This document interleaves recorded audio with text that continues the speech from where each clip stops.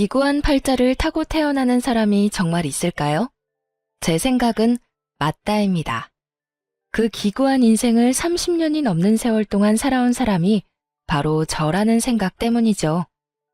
물론 제 선택이 저를 그렇게 오랜 시간을 힘들게 만들었을지도 몰라요. 왜냐면 저는 22이라는 어린 나이에 혼전 임신으로 남편과 결혼했으니까요. 그뿐인가요? 저는 태어나자마자 친할머니네 버려지듯 맡겨졌어요. 제 부모는 돈을 벌어야 해서도 일이 많아 바빠서도 아니었어요. 그저 제 존재를 혐오했다는 게 정확한 표현이겠네요. 서로의 사랑으로 만들어진 제가 서로에게 끔찍했던 거죠.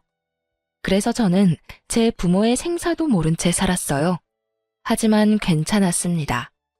꼭 가족이라고 해서 저를 무조건적인 사랑으로 보듬을 수 없다는 걸 너무 일찍 알아버렸으니까요.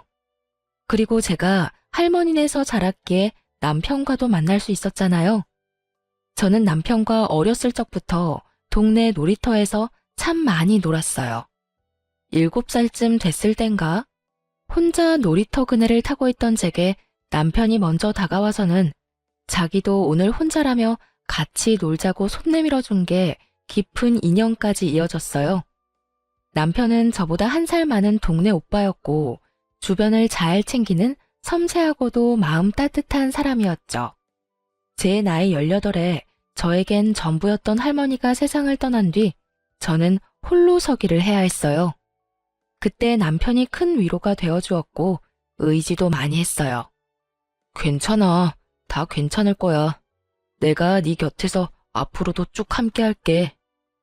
오빠, 고마워. 오빠가 있어서 정말 다행이야. 네. 남편은 저의 첫사랑입니다. 남편에게도 제가 첫사랑이고요.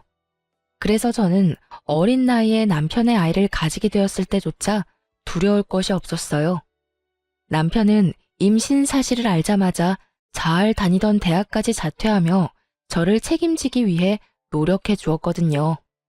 저의 시부모님은 제가 어렸을 때부터 알고 지낸 이웃분이시고 할머니와 단둘이 사는 걸 안타깝게 여겨 도움도 주었어요. 그렇게 따뜻한 분들이기에 저는 뭐든 괜찮을 거라고 믿었습니다. 하지만 현실은 그리 녹록하지 못했어요. 제 시부모님은 제가 남편의 아이를 가졌다는 사실을 알자마자 저를 손가락질에 대며 비수 같은 말을 쏟아냈고 시모는 격하게 반대하며 나섰어요. 임신이라니? 너희 임신이 무슨 장난인 줄 알아? 이제 막 성인이 된 너희가 어떻게 한 생명을 책임지겠다는 거니? 하물며 연진아, 네 부모도 널 못 키우겠다며 버렸어. 그런데 새파랗게 어린 너희가 도대체 무슨 수로 애를 낳아 키운다는 거야? 아줌마, 제발 허락해주세요. 저 이 아이 포기 못해요. 아빠 없이 키울 수 없어요. 저희 정말 열심히 살게요. 어떤 힘든 역경이 찾아와도 잘 이겨내면서 그렇게 살아볼게요. 네? 엄마, 나도 연진이와 같은 마음이야. 우리가 어려서 불안한 마음에 이렇게 반대하는 거 알아요. 하지만 나 아무리 그래도 연진이도 이 아이도 절대 포기 못해요. 이미 힘들 거 각오하고 내린 결정이야. 아들, 아무리 너희가 이래도 난 절대 허락할 수 없어.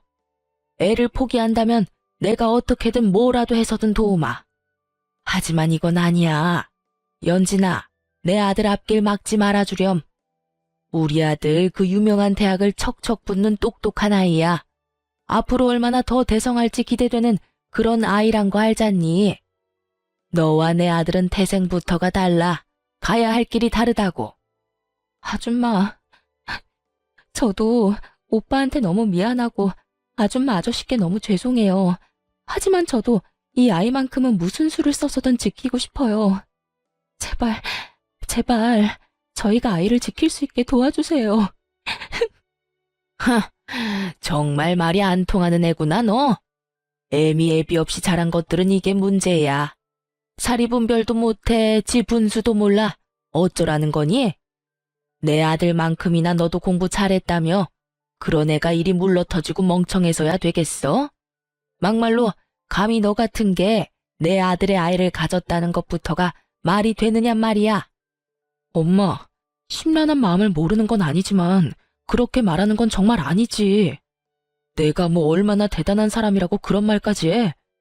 나를 사랑해주는 여자고 내가 사랑하는 여자야. 우리가 아무리 나이가 어려도 서로를 위한 마음만큼은 그 누구도 함부로 말할 수 없는 거라고. 됐어요. 나도 이제 다 큰 성인이고 내 인생 내가 알아서 살아. 반대할 거면 반대하세요. 저는 무슨 수를 써서든 연진이랑 결혼도 하고 이 아이도 지킬 거니까.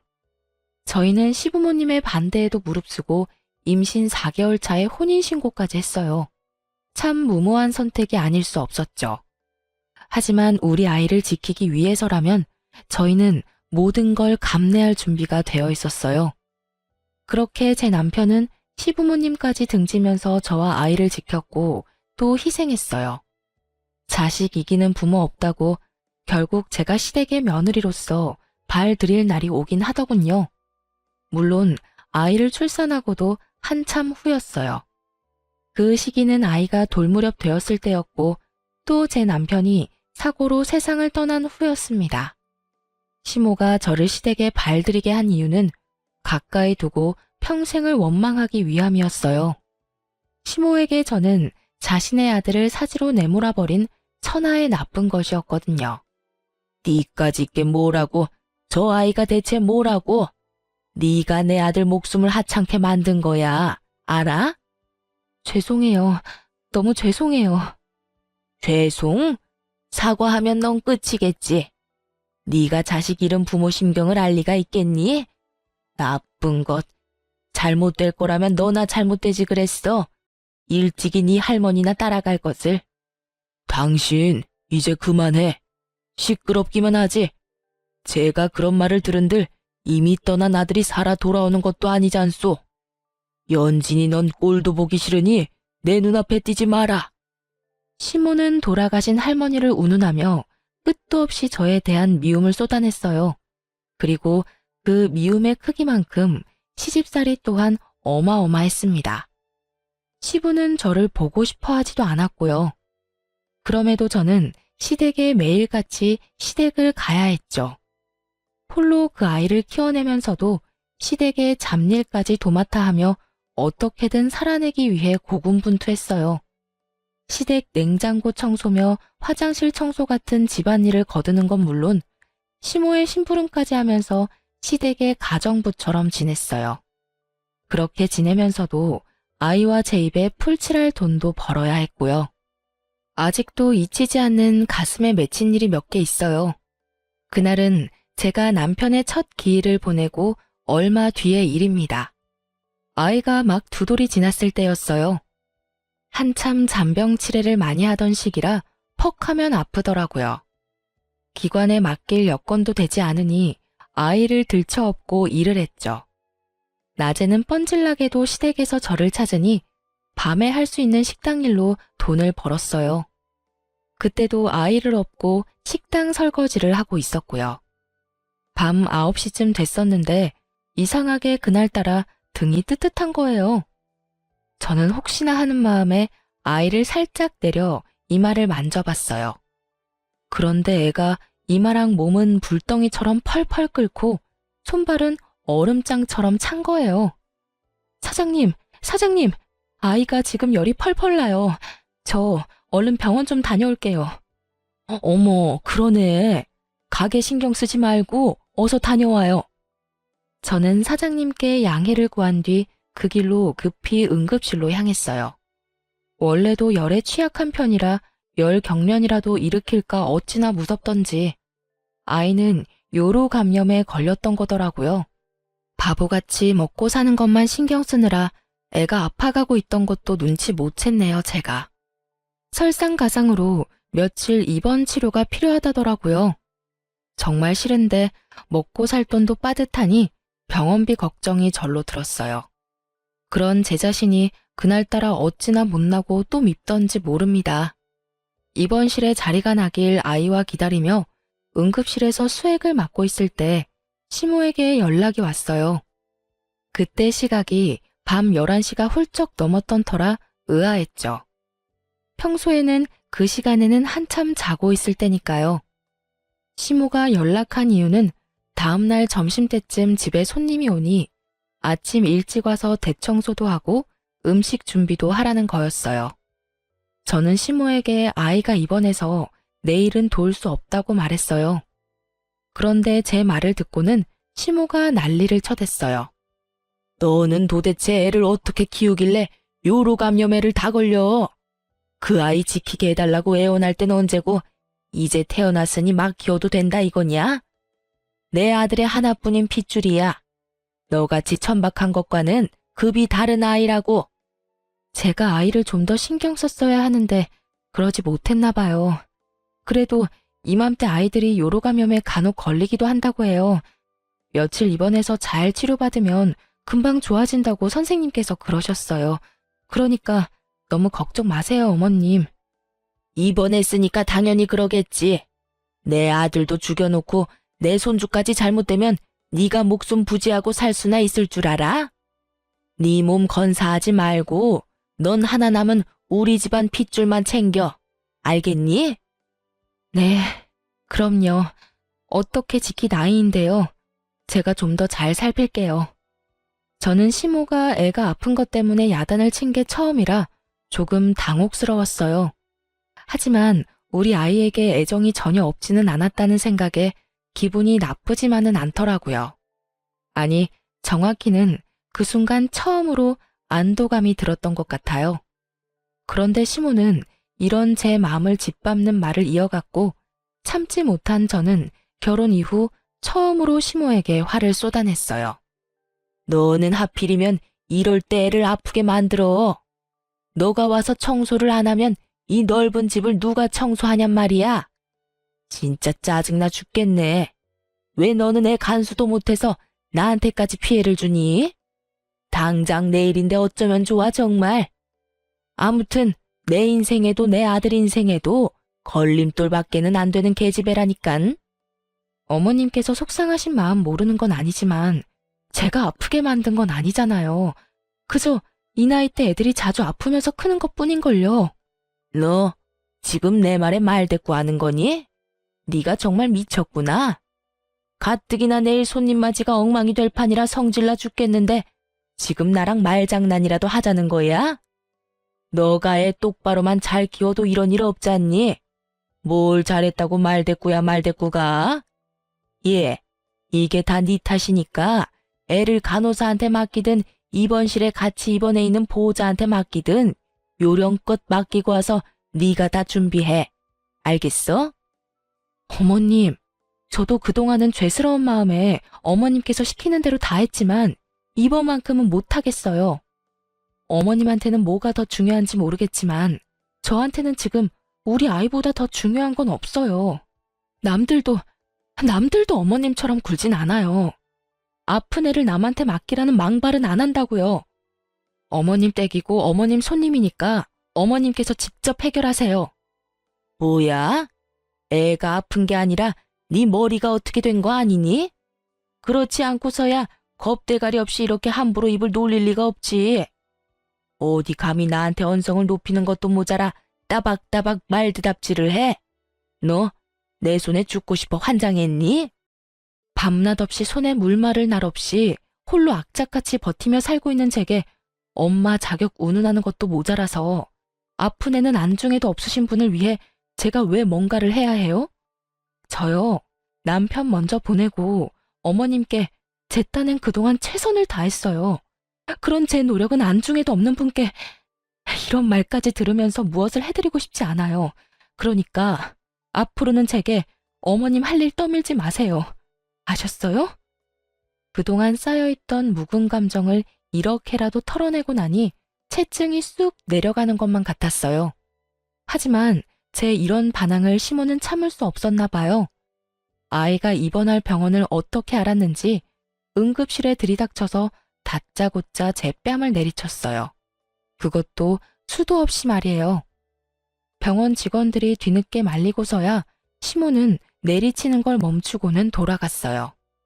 참 다행인 것은 제 아이가 그 난리통에도 깊은 잠에 빠져 보지 못했다는 겁니다. 저는 그날 이후 시댁 식구 그 누구의 부름에도 절대 응하지 않았어요. 설령 제게 또다시 찾아와 갖은 모욕을 퍼부어도요.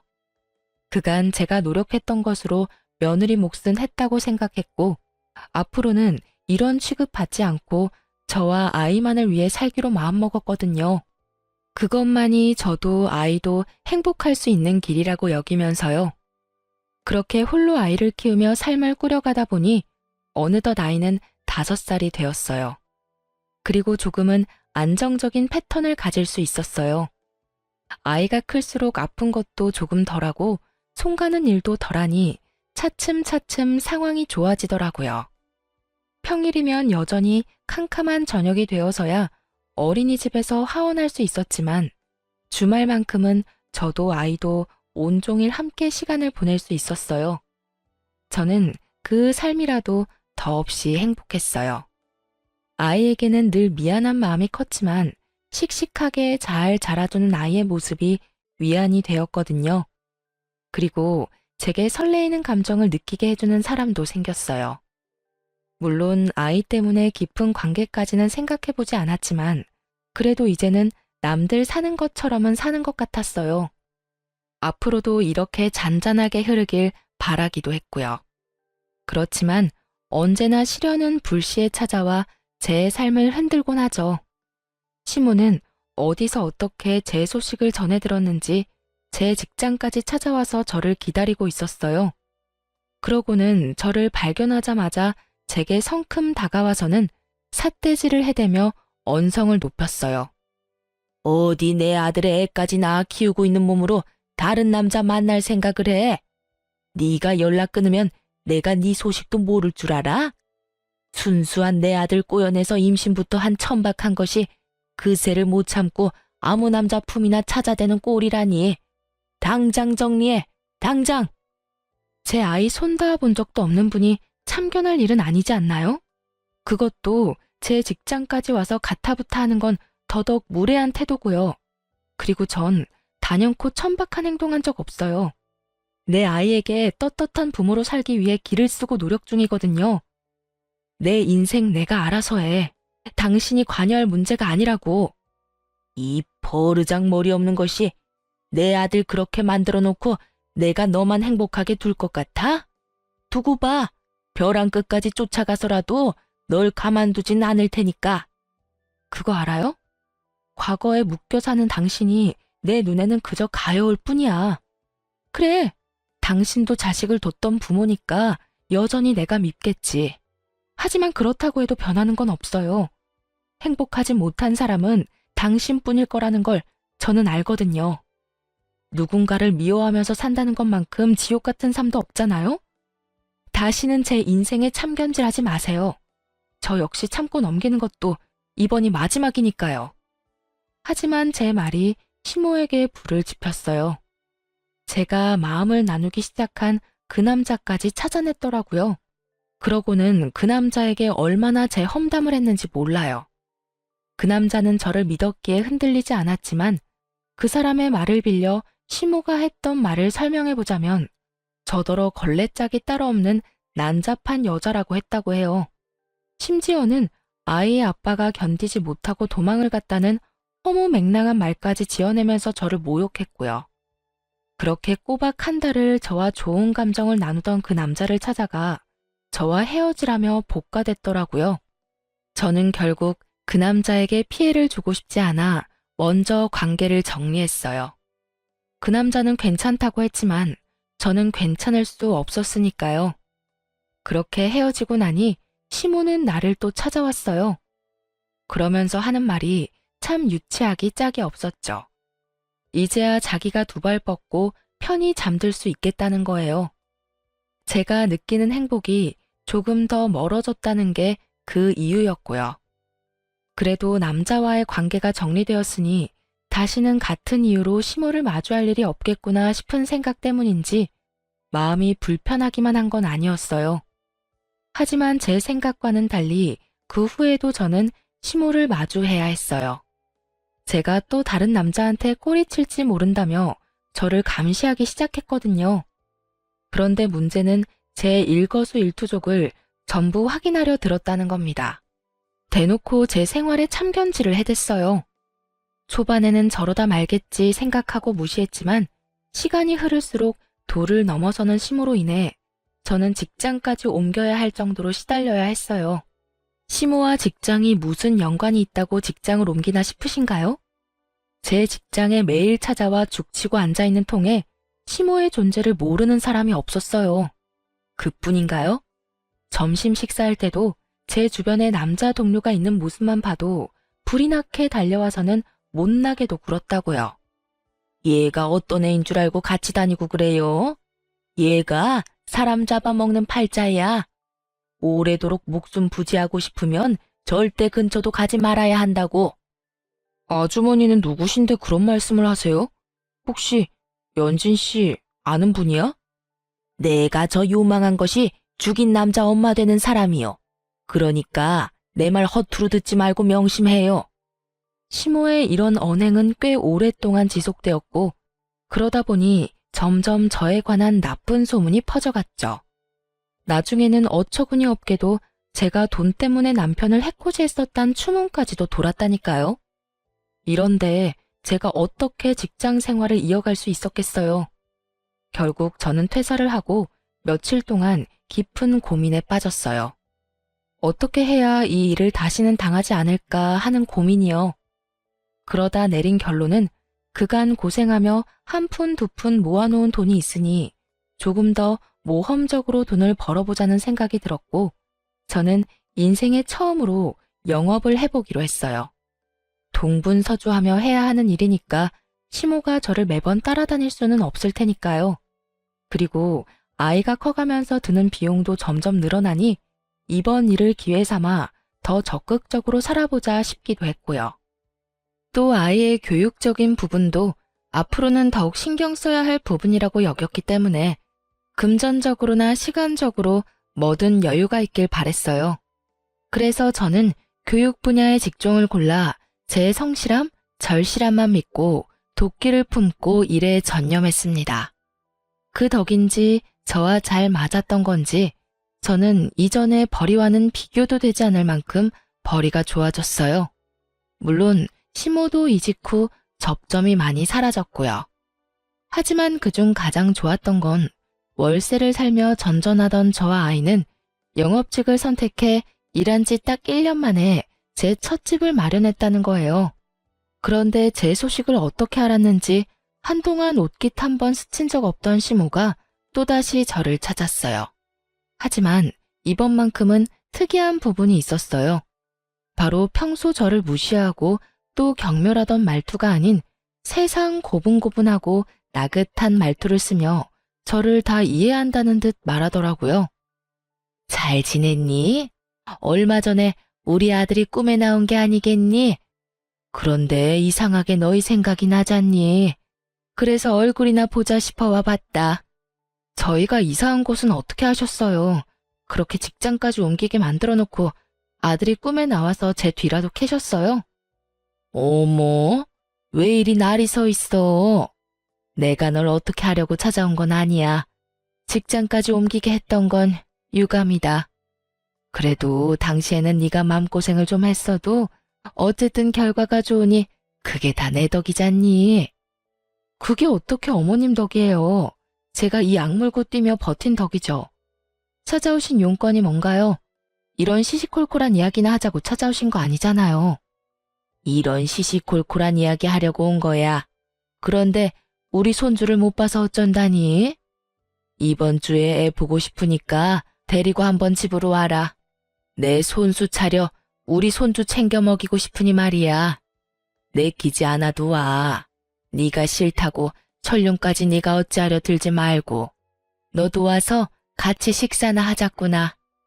저 어머님께 연락하거나 찾아뵙는 거 불편해요. 저희가 가볍게 같이 식사나 할 정도로 서로를 이해하며 살지는 않았으니까요.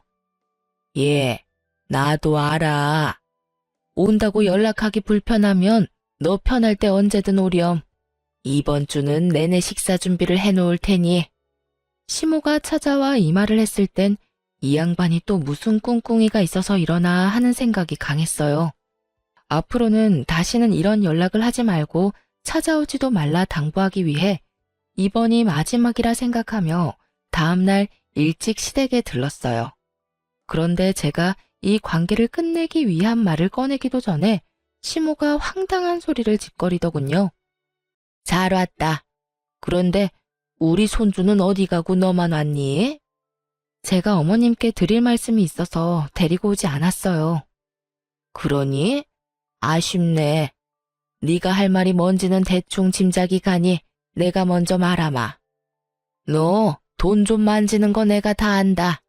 그래서 말인데 평생 내 꿈이던 제주살이 네가 좀 시켜줘야겠다. 할머니가 살아계실 적 시모는 가끔 자기 꿈을 이야기하곤 했어요. 늙으면 자기는 제주도에서 살고 싶다고요. 그런데 지금 그 꿈을 저더러 이뤄달라뇨. 저는 시모의 말에 어이가 없어 따박따박 따졌어요. 제가 왜 어머님의 꿈을 이뤄드려야 해요? 제가 힘들게 지내왔던 세월을 빤히 보셔놓고 그런 말을 어떻게 하세요? 아들이 없으니 하나뿐인 며느리한테 효도 좀 하라는 거잖니. 처음이자 마지막으로 효도한다 생각하면 될 일 아니니? 그동안 아이의 조부모로서 사소한 것 하나 노력한 적 없으시잖아요. 그런데 효도를 운운하실 자격이 있다고 생각하세요? 그런 걸 일일이 따질 관계는 아니지 않니? 그리고 어차피 돈을 죽을 때 싸갈 것도 아니고 너 제주에 이번에 대출받아서 땅 샀다며? 우리가 노후로 거기서 좀 생활한다는 건데 뭐가 문제라고 이래? 그만 좀 하세요. 언제까지 이런 관계로 살아야 하는 건데요? 제 것에 탐내지 마시고 어머님 삶을 좀 사세요. 저요, 어머님 사리사욕이나 챙기자고 열심히 사는 거 아니에요. 저도 이 세상에 단 둘뿐인 우리 모자만 생각하며 버티는 거라고요. 우리가 이렇게 자꾸 부딪히는 꼴을 하늘에 있는 아들이 보면 얼마나 속상하겠어. 네 제주 땅 우리한테 넘기고 거기서 지내면서 거리를 두면 너도 더 좋을 거고 우리도 우리대로 좋을 것 아니니. 정 못하겠으면 내 아들 목숨값이라고 여겨라. 지금 뭐라고 하셨어요? 남편 목숨값이요? 그래. 그렇게 네 제주 땅 넘기기 아까우면 그렇게 생각해. 그럼 네 마음이 덜 아쉬울 것 아니니? 안 그래? 정말 끝까지 진절머리가 나게 만드네. 당신이 말하는 아들 목숨값, 내 남편 사망보험금까지 탈탈 털어갔잖아. 1,000원 한 장 안 남겨주고 전부 빼앗아 갔잖아. 저는 목숨값을 운운하며 말하는 순간 꼭지가 돌아 그 집에 있는 물건이란 물건은 다 집어 던져댔어요.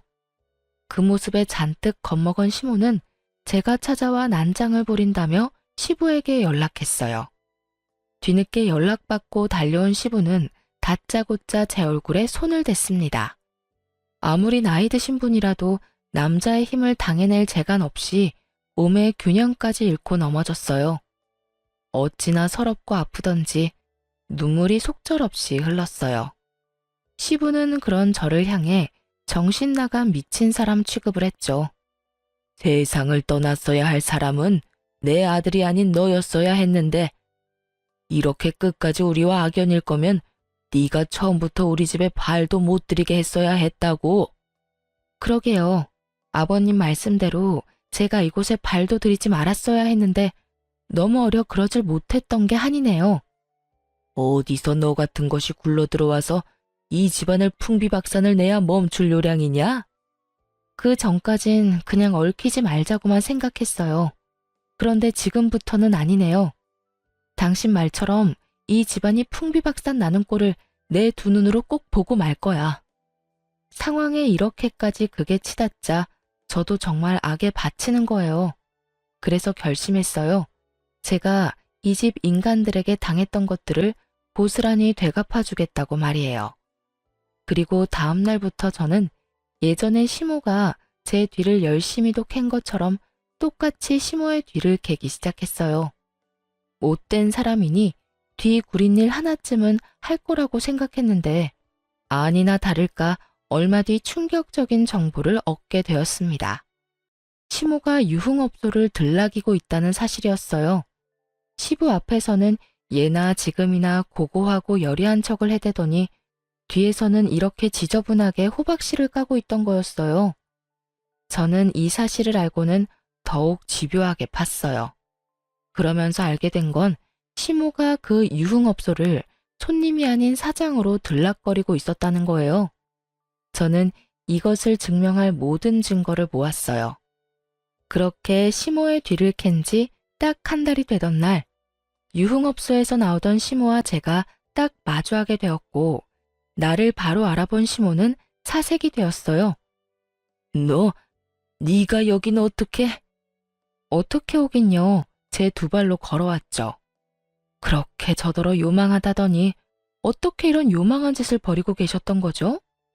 아버님은 알고 계시려나? 워낙 고지식한 분이시잖아요.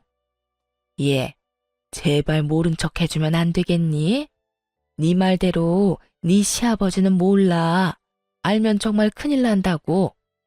어머님께서는 정말 남다른 분이라고 생각했는데 일이 배포가 크신 분인 줄은 미처 몰랐네요. 좀 더 일찍 알았다면 제가 긴 세월 그 고생은 안 했을까요? 미안하다. 내가 다 미안해. 그러니 제발 네 시아버지한테만은 비밀로 해주렴. 앞으로는 내가 더는 내게 못나게 굴지 않으마. 약속해. 그러니 너도 말하지 않겠다 약속만 해주렴. 시부를 거론하자마자 시모는 사시나무 떨듯 떨기 시작했어요. 그렇게 모진 시모도 시부는 무서운가 보더라고요. 그리고 고 시모와 저의 위치는 역전되었습니다. 긴 세월 을로 지냈던 제가 제대로 갑이 된 거예요.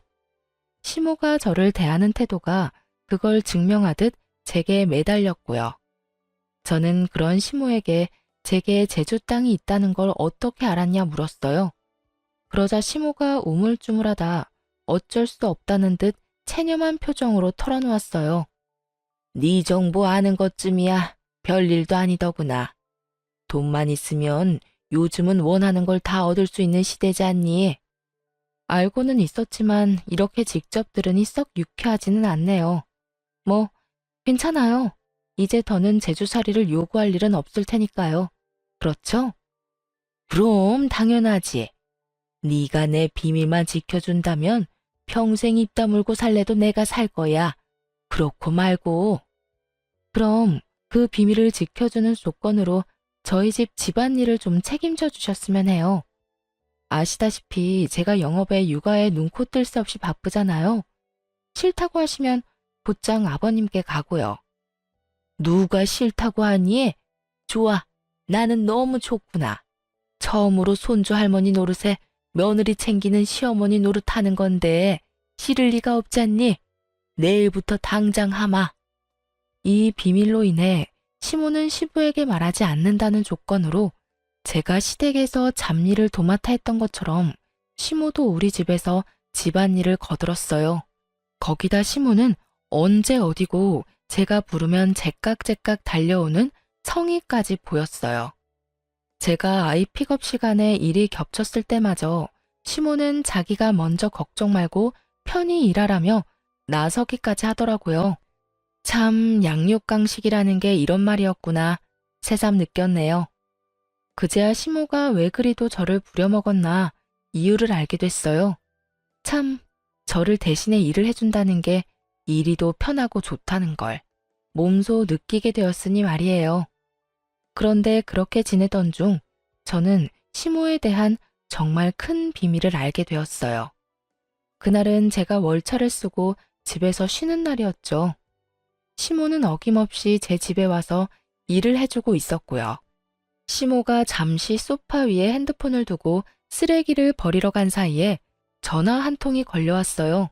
평소라면 신경도 안 쓸 텐데 그날따라 이상하게 전화벨이 거슬리더라고요. 그래서 저는 시모를 대신해 전화를 받았는데 그 통화가 판도라의 상자를 열어버린 셈이었던 거예요. 시모에게 전화를 건 사람은 다름 아닌 저와 마음을 나눴던 유일한 남자, 그 남자의 아버지였던 거예요. 당신 혹시 요즘 나 피하는 거요? 왜 이리 연락하기가 어려워?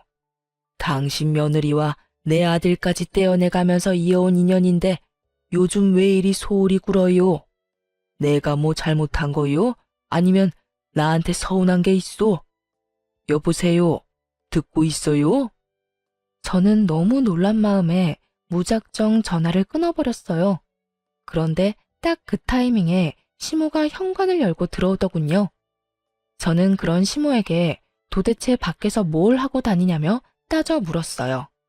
하지만 시모는 갑자기 무슨 소리를 하느냐며 당황스러워 하더라고요. 그런 시모에게 전화가 왔었다고 말했고, 시모는 통화 내역을 봤는지 손을 바들바들 떨며 불안한 기색을 보이더라고요. 저는 그 모습을 놓치지 않고 사실대로 말하라고 난리를 쳐댔어요.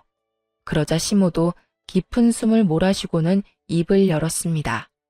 이 남자는 그러니깐 내가 따로 만나고 있는 사람이야. 네 시아버지는 당연히 모르는 사실이고. 그것뿐만 아니잖아요. 제가 만나던 그 남자랑 연관 있는 거 다 안다고요. 그건 내가 나중에 알게 된 사실이야.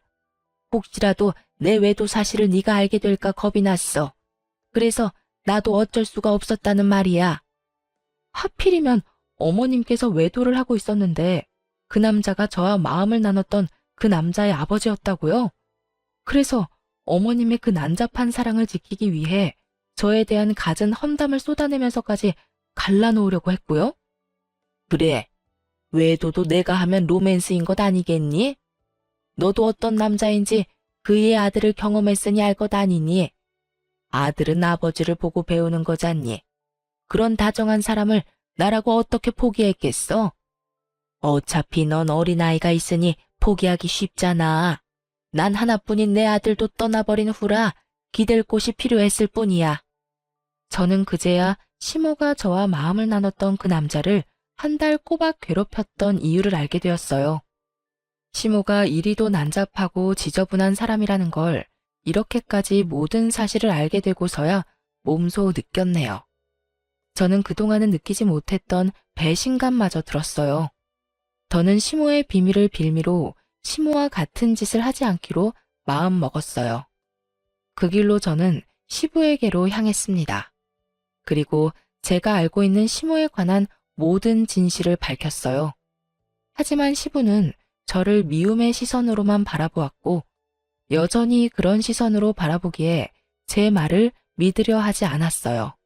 아니, 여전히 저를 정신나간 사람이라 여기고 있었죠. 저는 그런 시부에게 제가 농간을 부리는 것이 아니라는 걸 증명해 보였어요. 제가 그간 모아온 증거들과 좀 전까지 나눴던 시모와의 대화를 녹음한 것까지 다 들려주었죠. 시부는 이 모든 걸 눈으로 귀로 확인한 뒤에야 시모를 찾아댔어요. 그런데 딱 그 타이밍에 제가 입 놀릴 게 염려된 시모가 한 발 늦게 시댁에 도착해 들어왔어요. 그리고 그날 시댁은 정말 말 그대로 풍비박산이 났습니다. 아버님은 시모에게 더러운 여자라며 당장 이혼이라며 노발대발을 했고 시모는 시부에게 끝까지 사실이 아니라며 제가 꾸며낸 거라고 잡아떼기까지 하더라고요. 그러나 이미 신임을 잃은 시모의 말에 무슨 힘이 있겠어요? 결국 시부는 시모를 상대로 이혼 소송을 걸었어요. 시모는 며칠을 제게 찾아와서는 말도 안 되는 부탁을 자꾸 했어요.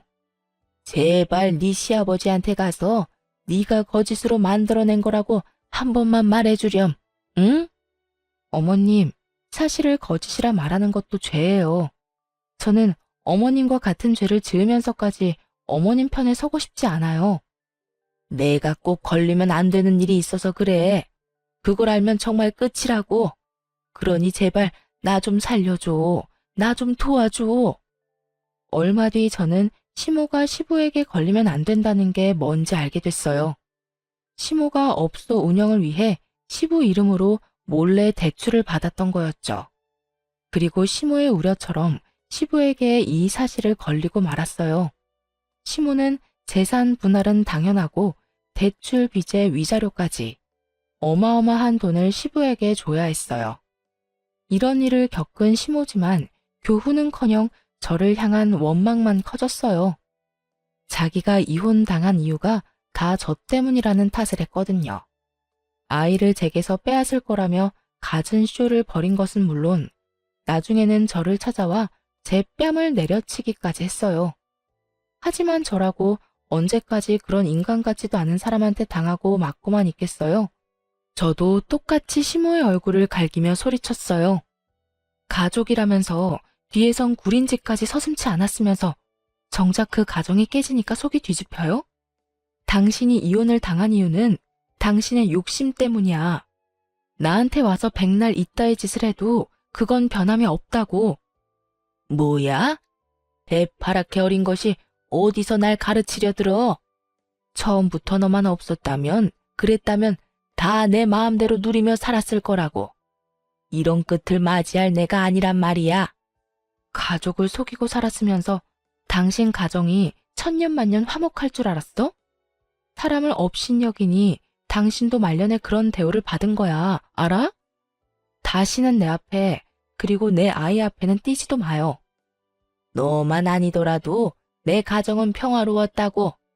네가 내 아들도 내 남편도 나한테서 뺏어가지만 않으면 제주도에 가서 평생 행복하게 살 수 있었단 말이야. 당신에게 행복한 결말이 있을 리가 없잖아. 아무리 하늘을 가리려고 한들 가려지는 건 아니니까. 시모는 분노를 참지 못하고 제 머리채를 잡아 흔들어댔어요. 저 역시 질세라 시모의 머리채를 잡고 놓아주지 않았죠. 손에 머리카락이 한 움큼이나 뽑힐 때까지 말이에요. 하지만 시모는 제게 더는 아쉬운 소리 따위 안 한다며 남편에게 이혼당해도 자기는 내연남이 있으니 상관없다며 당당하게 돌아가더군요. 그런데 얼마 못 가 저를 또 찾아왔죠. 그 이유는 내연남에게 이별 통보를 받았기 때문이었고요. 제가 저와 연인이 될 뻔한 그 남자에게 연락해 우리가 이루어지지 못했던 그 이유에 대해 말했어요. 제 시모가 내연녀라는 사실도 자기들의 사랑을 위해 우리가 그런 끝을 맞게 됐다는 것도요. 그러자 시모의 내연남이 자기 가정까지 큰 피해를 볼까 무서워 황급히 시모와의 관계를 정리했던 거예요. 거기다 제 말처럼 하늘이 나섰던 건지 얼마 뒤 시모가 운영하던 유흥업소에서 한바탕 소동이 났어요. 시모가 시부에게 위자료와 대출빚을 갚는 것 때문에 자금이 없어 직원들에게 월급을 제대로 주지 않았던 게 화근이었어요. 결국 시모는 악덕이라는 꼬리표만 달린 채 폐업까지 하게 되었어요. 그제야 아쉬운 게 많아졌던 걸까요? 다시는 안 볼 사이처럼 머리채까지 잡아놓고 목숨을 잃은 아들을 생각해서라도 자기를 좀 잘 살펴주면 안 되겠냐며 구걸하는 거예요. 정말 애처롭게도 매달리는 꼴이 추접해 보일 정도로요. 내 남편도 엄마인 당신을 돕는 걸 원하지 않을 거야. 스스로 깨우치고 이겨내고 속죄하면서 그렇게 벽에 부딪힌 채로 살아봐. 내 아들은 그리 매정한 아이가 아니야. 분명 네가 나를 거두길 바랄 거라고. 제발 나를 좀 도와주렴. 나도 내 앞가림은 하마. 아주 잠깐이라도 좋아. 네가 사놓은 제주 땅에서 지낼 수만 있게 해주렴. 내가 월세는 다달이 내마. 공짜로 지내겠다는 것도 아니잖니. 네 눈앞에도 보이지 않을 거야. 평생 거기서 살다 거기서 생을 마치마. 당신이 뭔데 내 땅에서 지낼 생각을 해. 그것부터가 당신은 그런 거야. 결국 내 덕을 보며 당신이 원하는 꿈을 이뤄보겠다는 속내잖아. 나도 제발 부탁이니 당신은 당신 알아서 살아. 내가 실언했어. 제주 땅이 아니라 네 집에 있는 방 한 켠만이라도 좋으니 내치지 말아주렴. 집안일은 다 내가 하마. 원 없이 부려먹어도 좋아. 잠만 잘 수 있게 해주렴. 제발. 당신한테 내줄 방 따위 없어.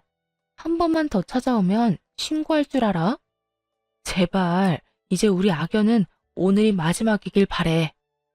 시모는 자기 목구멍이 포도청이니 제가 오지 말라고 신고하겠다 말해도 끈질기게도 매달리며 하루가 멀다 하고 찾아왔어요. 거기다 제가 그렇게도 매정하게 했으니 못된 그 성정이 가만히 받아들일 리 없었죠. 또다시 못된 행동을 일삼아댔어요.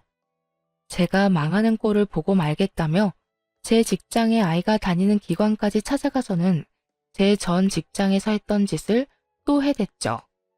말도 안 되는 말들로 저뿐만 아니라 아이에게까지 피해를 입혔고, 친구들이 수군대는 걸 견디지 못해 아이가 불안증까지 생기고 말았어요.